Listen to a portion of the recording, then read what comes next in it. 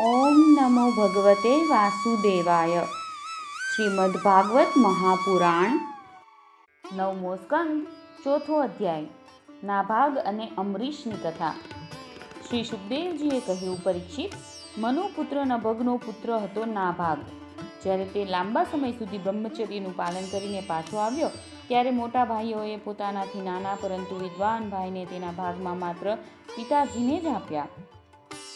સંપત્તિ તો તેમણે પહેલાં જ આપસમાં વહેંચી લીધી હતી. તેણે પોતાના ભાઈઓને પૂછ્યું, ભાઈઓ, તમે લોકોએ મને ભાગમાં શું આપ્યું છે? ત્યારે તેમણે જવાબ આપ્યો કે અમે તારા ભાગમાં પિતાશ્રીને જ તને આપીએ છીએ. તેણે તેના પિતાશ્રીને જઈને કહ્યું, પિતાશ્રી, મારા મોટા ભાઈઓએ મારા ભાગમાં તમને જ આપ્યા છે. પિતાએ કહ્યું, બેટા, તું તેમની વાત માનીશ નહીં. જો આ મોટા બુદ્ધિમાન આંગિરસ ગોત્રના બ્રાહ્મણો અત્યારે એક બહુ મોટો યજ્ઞ કરી રહ્યા છે, પરંતુ મારા વિદ્વાન પુત્ર તેઓ છઠ્ઠા દિવસે પોતાના કર્મમાં ભૂલ કરી બેસે છે. તું તે મહાત્માઓ પાસે જઈને તેમને વૈશ્વદેવ સંબંધી 2 સૂક્ત બતાવી દે. જ્યારે તેઓ સ્વર્ગ જવા રવાના થશે ત્યારે યજ્ઞમાં બચેલું બધું જ ધન તને આપી દેશે. તેથી હવે તું તેમની પાસે ચાલ્યો જા. તેણે પોતાના પિતાની આજ્ઞા અનુસાર એ પ્રમાણે જ કર્યું. તે આંગિરસ ગોત્રી બ્રાહ્મણોએ પણ યજ્ઞનું બચેલું ધન તેને આપી દીધું અને તેઓ સ્વર્ગમાં ચાલ્યા ગયા.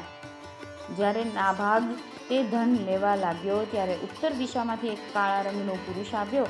તેણે કહ્યું, આ યજ્ઞભૂમિમાં જે કંઈ બચ્યું છે તે બધું ધન મારું છે. નાભાગે કહ્યું, ઋષિઓએ આ ધન મને આપ્યું છે, તેથી આ મારું છે. ત્યારે તે પુરુષે કહ્યું, આપણા વિવાદના વિષયમાં તારા પિતાને જ પૂછીએ. ત્યારે નાભાગે જઈને પિતાને પૂછ્યું. પિતાએ કહ્યું, એકવાર દક્ષ પ્રજાપતિના યજ્ઞમાં ઋષિ લોકો એવો નિર્ણય કરી ચૂક્યા છે કે યજ્ઞભૂમિમાં જે કાંઈ બચેલું હોય તે બધો રુદ્રદેવનો ભાગ છે, તેથી તે ધન તો મહાદેવજીને જ મળવું જોઈએ.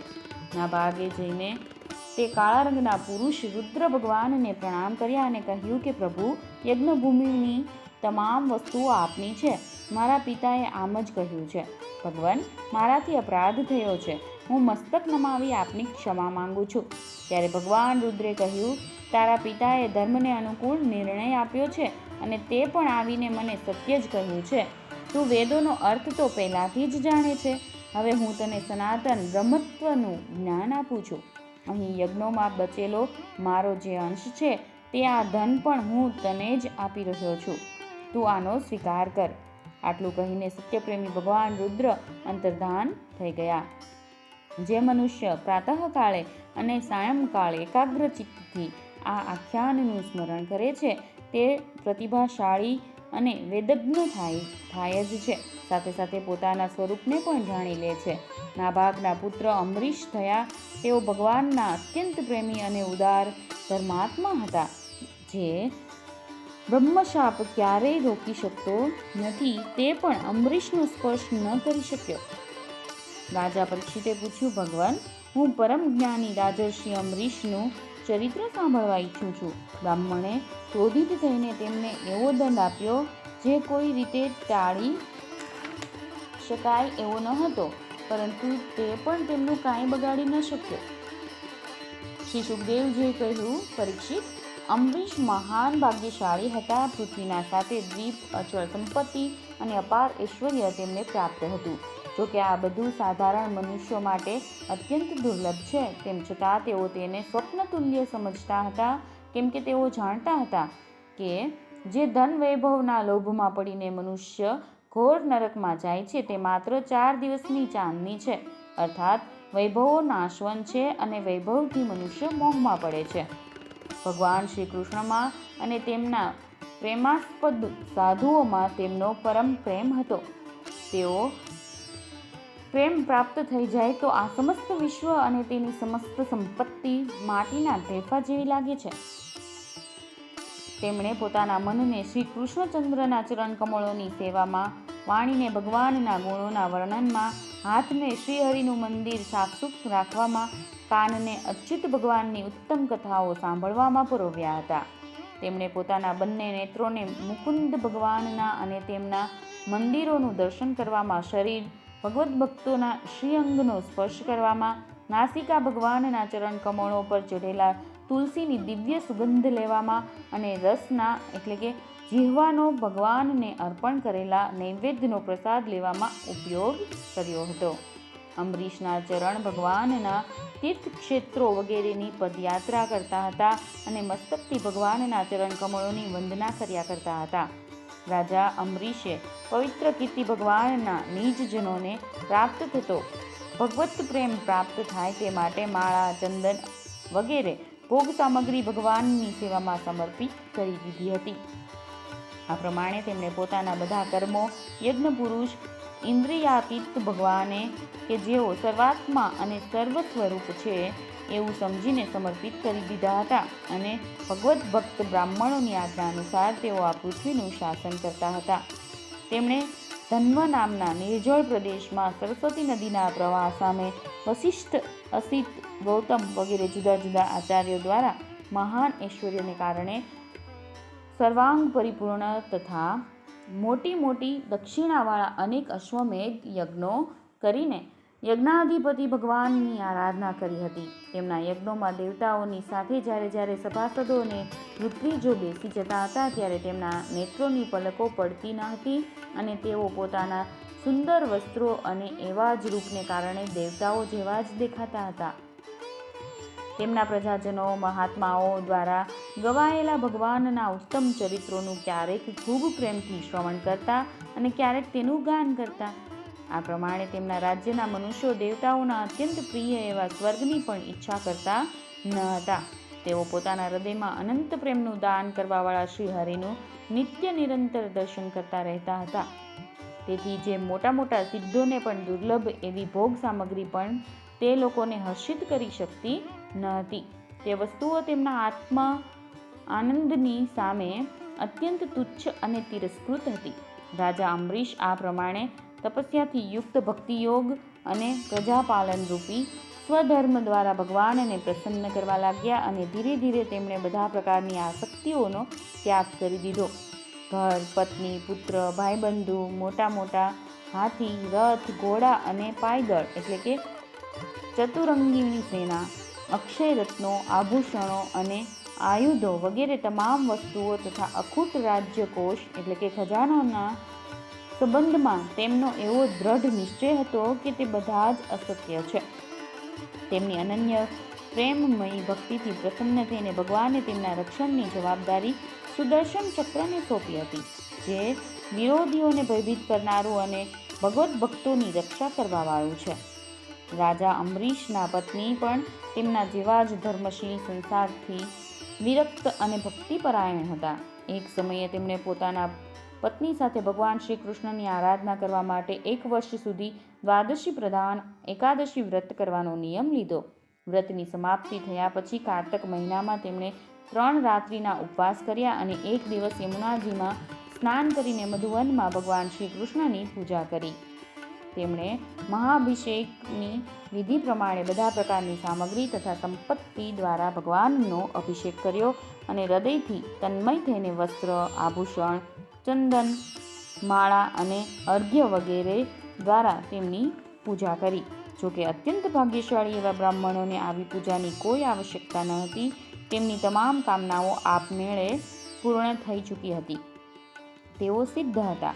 તો પણ રાજા અંબરીશે ભક્તિભાવથી તેમનું પૂજન કર્યું. ત્યાર પછી પહેલા બ્રાહ્મણોને સ્વાદિષ્ટ અને અત્યંત ગુણકારી ભોજન કરાવીને તે લોકોના ઘરે 7 કરોડ શણગારાયેલી ગાયો મોકલી દીધી. તે ગાયોના શિંગડા સુવર્ણથી, ખરીઓ ચાંદીથી મઢેલી હતી. સુંદર સુંદર વસ્ત્રો તેમને ઓઢાડવામાં આવ્યા હતા. તે ગાયો બહુ જ સુશીલ, નાની વયની, જોવામાં સુંદર, વાંચડાવાળી અને ખૂબ દૂધ આપનારી હતી. તેમની સાથે દોહવાની ઉપયોગી સામગ્રી પણ રાજા અંબરીશે મોકલી આપી હતી. જ્યારે બ્રાહ્મણોને સર્વ કાંઈ અપાઈ ચૂક્યું ત્યારે રાજાએ તેમની આજ્ઞા લઈને વ્રતનું પારણું કરવાની તૈયારી કરી. તે જ સમયે શાપ અને વરદાન આપવામાં સમર્થ સ્વયં દુર્વાસાજી પણ તેમને ત્યાં અતિથિના રૂપમાં પધાર્યા. રાજા અંબરીશે તેમને જોતા જ ઊભા થઈ ગયા. તેમને આસન આપીને બેસાડ્યા અને વિવિધ પ્રકારની સામગ્રી દ્વારા અતિથિ રૂપે આવેલા દુર્વાસાજીની પૂજા કરી. તેમના ચરણોમાં પ્રણામ કરીને અમરીશે ભોજન માટે પ્રાર્થના કરી. દુર્વાસાજીએ અમરીશની પ્રાર્થના સ્વીકારી લીધી અને ત્યાર પછી આવશ્યક કર્મોથી નિવૃત્ત થવા માટે તેઓ નદી કિનારે ચાલ્યા ગયા. તેઓ પરબ્રહ્મનું ધ્યાન કરીને યમુનાજીના પવિત્ર જળમાં સ્નાન કરવા લાગ્યા. આ બાજુ દ્વાદશી માત્ર ઘડીભર બાકી હતી. ધર્મજ્ઞ અમરીશે ધર્મ સંકટમાં પડીને બ્રાહ્મણો સાથે પરામર્શ કર્યો. તેમણે કહ્યું, બ્રહ્મદેવો બ્રાહ્મણોને ભોજન કરાવ્યા વિના સ્વયં ભોજન કરી લેવું અને દ્વાદશી રહે ત્યાં સુધીમાં પારણું ન કરવું બંને પ્રકારે દોષ લાગે છે. તેથી આ સમયે એવું કરવાથી મારું હિત થાય અને મને પાપ ન લાગે એવું કામ કરવું જોઈએ. ત્યારે બ્રાહ્મણો સાથે વિચાર વિમર્શ કરીને તેમણે કહ્યું, ભૂદેવો, શ્રુતિઓમાં એવું કહેવામાં આવ્યું છે કે જળ પી લેવું એ ભોજન કર્યું પણ ગણાય અને ભોજન ન કર્યું પણ ગણાય. તેથી અત્યારે માત્ર જળથી પારણું કરી લઉં છું. એવો નિશ્ચય કરીને મનમાં જ ભગવાનનું ચિંતન કરીને રાજર્ષિ અમરીશે જળ પી લીધું અને પરીક્ષિત તેઓ માત્ર દુર્વાસાજીના આવવાની રાહ જોવા લાગ્યા. દુર્વાસાજી આવશ્યક કર્મોથી પરવારીને યમુના કિનારેથી પાછા આવ્યા. જ્યારે રાજાએ આગળ વધીને તેમનું અભિવાદન કર્યું ત્યારે તેમણે અનુમાનથી જ જાણી લીધું કે રાજાએ પારણું કરી લીધું છે. તે સમયે દુર્વાસા ખૂબ ભૂખ્યા હતા. તેથી એ જાણી લઈને કે રાજાએ પારણું કરી લીધું છે તેઓ ક્રોધથી ધ્રુજવા લાગ્યા. ભ્રમરો ચડી જવાથી તેમનું મુખ વિકટ એટલે કે ભયંકર થઈ ગયું. તેમણે હાથ જોડીને ઊભેલા અમરીશને ધમકાવીને કહ્યું, અહો, જુઓ તો ખરા, આ કેટલો ક્રૂર છે. આ સંપત્તિના મદમાં કેટલો ચકચૂર થઈ ગયો છે. ભગવાનની ભક્તિ તો સ્પર્શી પણ નથી અને આ પોતાની જાતને મોટો સમર્થ માને છે. આજે આણે ધર્મનું ઉલ્લંઘન કરીને બહુ અન્યાય કર્યો છે. જુઓ, હું તેનો અતિથિ બનીને આવ્યો છું. એણે અતિથિ સત્કાર કરવા મને નિમંત્રણ પણ આપ્યું છે. તેમ છતાં મને ભોજન કરાવ્યા વિના જ જમી લીધું છે. સારું, જો તને હવે એનું ફળ ચખાડું છું. આમ કહેતા કહેતા તેઓ ક્રોધથી સળગી ઉઠ્યા. તેમણે પોતાની એક જટા ઉખાડી અને તેનાથી અમરીશને મારી નાખવા માટે એક કૃત્યા ઉત્પન્ન કરી. તે પ્રલયકાળના અગ્નિ જેવી ભડભડ બળતી હાથમાં તલવાર લઈને રાજા અમરીશ પર તૂટી પડી. તે સમયે તે તેના પગના ધમકારાથી પૃથ્વીને ધ્રુજાવી રહી હતી. પરંતુ રાજા અમરીશ તેને જોઈને સહેજ પણ પોતાના સ્થાનેથી ખસ્યા નહીં. પરમ પુરુષ પરમાત્માએ પોતાના સેવકની રક્ષા માટે પહેલેથી જ સુદર્શન ચક્રની જવાબદારી સોંપી હતી. જેમ અગ્નિ ક્રોધથી ફૂફાડા મારતા સાપને ભસ્મ કરી નાખે છે, તે જ રીતે તે સુદર્શન ચક્રે દુર્વાસાજીની કૃત્યાને બાળીને ભસ્મનો ઢગલો કરી દીધો. હવે દુર્વાસાજીએ જોયું કે મારી બનાવેલી કૃત્યા તો બળી રહી છે અને ચક્ર મારી તરફ આવી રહ્યું છે. ત્યારે તેઓ ભયભીત થઈને પોતાના પ્રાણ બચાવવા માટે એકાએક ભાગી નીકળ્યા. જેમ ઊંચી લપટોવાળો દાવાનળ સાપની પાછળ દોડે છે, તે જ પ્રમાણે ભગવાનનું ચક્ર તેમની પાછળ પાછળ દોડવા લાગ્યું. જ્યારે દુર્વાસાજીએ જોયું કે ચક્ર તો મારી પાછળ પડી ગયું છે, ત્યારે સુમેરુ પર્વતની ગુફામાં પ્રવેશ કરવા માટે તે તરફ દોડવા લાગ્યા. દુર્વાસાજી ચારે દિશા, આકાશ, પૃથ્વી, અતલ, વિતલ વગેરે નીચેના લોક, સમુદ્ર, લોકપાલ અને તેમના દ્વારા સુરક્ષિત લોકોમાં તથા સ્વર્ગલોક સુધી ગયા. પરંતુ જ્યાં જ્યાં તેઓ ગયા ત્યાં ત્યાં તેમણે અસહ્ય તેજવાળા ચક્રને પોતાની પાછળ પડેલું જોયું. જ્યારે તેમને ક્યાંય પણ કોઈ રક્ષા કરનાર ન મળ્યું ત્યારે તો તેઓ વધારે ભયભીત થઈ ગયા. પોતાના માટે રક્ષક શોધતા શોધતા તેઓ દેવ શિરોમણિ બ્રહ્માજી પાસે ગયા અને બોલ્યા, બ્રહ્માજી, તમે સ્વયંભૂ છો. ભગવાનના આ તેજોમય ચક્રથી મારી રક્ષા કરો. બ્રહ્માજીએ કહ્યું, જ્યારે મારું બે પરાર્ધનું આયુષ્ય સમાપ્ત થશે અને કાલ સ્વરૂપ ભગવાન પોતાની આ સૃષ્ટિ લીલા સમેટવા લાગશે અને આ જગતને બાળી નાખવા ઈચ્છશે, તે સમયે તેમના માત્ર ભવા ચડાવતા જ આ તમામ સંસાર અને મારો આ લોક પણ લીન થઈ જશે. હું શંકરજી, દક્ષ, ભૃગુ વગેરે પ્રજાપતિઓ, ભૂતેશ્વરો, દેવેશ્વરો વગેરે બધા જેમના બનાવેલા નિયમોથી બંધાયેલા છીએ તથા જેમની આજ્ઞા શિરોધાર્ય કરીને અમે લોકો સંસારનું હિત કરીએ છીએ, એમના ભક્તના દ્રોહીને બચાવવા માટે અમે સમર્થ નથી. જ્યારે બ્રહ્માજીએ દુર્વાસાને આ પ્રમાણે નિરાશ કરી દીધા ત્યારે ભગવાનના ચક્રથી બળી રહેલા દુર્વાસા કૈલાસવાસી ભગવાન શંકરના શરણમાં ગયા. શ્રી મહાદેવજીએ કહ્યું, દુર્વાસાજી, જે અનંત પરમેશ્વરમાં બ્રહ્મા જેવા જીવો અને તેમની ઉપાધિ રૂપ આવા બ્રહ્માંડ રૂપ શરીરો તથા બીજા પણ આવા હજારો બ્રહ્માંડો ઉત્પન્ન થાય છે તથા નાશ પામે છે, જેવે બ્રહ્માંડોમાં અમારા જેવા તો હજારો ભટકતા રહે છે, તે પ્રભુના સંબંધમાં અમે કશુંય કરવાનું સામર્થ્ય ધરાવતા નથી. હું સનત કુમારો, નારદ, ભગવાન બ્રહ્મા, કપિલદેવ, અપાંત, રતમ, દેવલ, ધર્મ, આસુરી તથા મરીચી વગેરે બીજા સર્વજ્ઞ સિદ્ધેશ્વરો અમે બધાય ભગવાનની માયાને જાણી શકતા નથી, કારણ કે અમે તે જ માયાના ચક્રાવામાં છીએ. આ ચક્ર તે વિશ્વેશ્વરનું શસ્ત્ર છે. આ અમારા લોકો માટે અસહ્ય છે. તમે તેમના જ શરણમાં જાઓ, તે ભગવાન જ તમારું મંગલ કરશે. અમે કાંઈ કરી શકીએ એમ નથી. ત્યાંથી પણ નિરાશ થઈને દુર્વાસા ભગવાનના પરમધામ વૈકુંઠમાં ગયા, જ્યાં લક્ષ્મીપતિ ભગવાન લક્ષ્મીજીની સાથે નિવાસ કરે છે. દુર્વાસાજી ભગવાનના ચક્રના તેજથી બળી રહ્યા હતા. તેઓ ધ્રુજતા ધ્રુજતા ભગવાનના ચરણોમાં પડી ગયા. તેમણે કહ્યું, હે અચ્યુત, હે અનંત, આપ સંતોના એકમાત્ર ઈષ્ટદેવ છો. પ્રભુ, વિશ્વના જીવનદાતા, હું અપરાધી છું. આપ મારી રક્ષા કરો. આપનો પરમ પ્રભાવ ન જાણવાને કારણે જ મેં આપના પ્રિય ભક્તનો અપરાધ કર્યો છે. પ્રભુ, આપ મને તેનાથી બચાવો. આપના નામ માત્રનું ઉચ્ચારણ કરવાથી નરકના જીવો પણ મુક્ત થઈ જાય છે. શ્રી ભગવાને કહ્યું, દુર્વાસાજી, હું બધી રીતે ભક્તોને આધીન છું. હું બિલકુલ સ્વતંત્ર નથી. મારા સીધા સાદા સરળ ભક્તોએ મારા હૃદયને તેમના વશ કરી રાખ્યું છે. ભક્તજનો મને પ્રેમ કરે છે, હું તેમને પ્રેમ કરું છું. બ્રહ્મણ, મારા ભક્તોનો એકમાત્ર આશ્રય હું જ છું.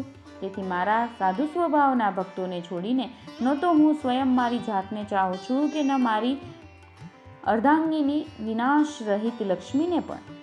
જે ભક્તો પત્ની, પુત્ર, ઘર, ગુરુજનો, પ્રાણ, ધન, આ લોક અને પરલોક બધું જ છોડીને માત્ર મારા જ શરણમાં આવી ગયા છે, તેમને છોડવાનો વિચાર પણ હું કઈ રીતે કરી શકું? જેમ સતી સ્ત્રી પોતાના પાતિવ્રત્યથી સદાચારી પતિને વશ કરી લે છે, તેવી જ રીતે મારી સાથે પોતાના હૃદયને પ્રેમ બંધનથી બાંધી રાખનારા સમદર્શી સાધુ પુરુષો ભક્તિ દ્વારા મને પોતાને વશ કરી લે છે. મારા અનન્ય પ્રેમી ભક્તો સેવાથી જ પોતાને પરિપૂર્ણ કૃતકૃત્ય માને છે. મારી સેવાના ફળ સ્વરૂપ જ્યારે તેમને સાલોક્ય, સારૂપ્ય વગેરે મુક્તિઓ પ્રાપ્ત થાય છે, ત્યારે તેઓ તેનો પણ સ્વીકાર કરવા ઈચ્છતા નથી. પછી સમયના પ્રવાહમાં નષ્ટ થઈ જનારી વસ્તુઓની તો વાત જ ક્યાં છે? દુર્વાસાજી, હું તમને બીજું શું કહું? મારા પ્રેમી ભક્તો તો મારું હૃદય છે, અને તે પ્રેમી ભક્તોનું હૃદય સ્વયં હું છું. તેઓ મારા સિવાય બીજું કંઈ પણ જાણતા નથી. દુર્વાસાજી, સાંભળો, હું તમને એક ઉપાય બતાવું છું, જેમનું અનિષ્ટ કરવાથી તમારે આ વિપત્તિમાં પડવું પડ્યું છે. તમે તેમની પાસે જાઓ. નિરપરાધ સંતોના અનિષ્ટની ચેષ્ટાથી અનિષ્ટ કરનારનું જ અમંગલ થાય છે. એમાં સંદેહ નથી કે બ્રાહ્મણોને માટે તપસ્યા અને વિદ્યા પરમ કલ્યાણના સાધનો છે, પરંતુ જો બ્રાહ્મણ ઉદંડ અને અન્યાયી બની જાય તો તે બંને તપસ્યા અને વિદ્યા વિપરીત ફળ આપવા માંડે છે. દુર્વાસાજી, તમારું કલ્યાણ થાઓ. તમે નાભાગના પુત્ર પરમ ભાગ્યશાળી રાજા અંબરીશ પાસે જાઓ અને તેમની ક્ષમા માગો, ત્યારે તમને શાંતિ મળશે. 9મા સ્કંદ અંતર્ગત અંબરીશ ચરિત્રમાંનો 4થો અધ્યાય સમાપ્ત.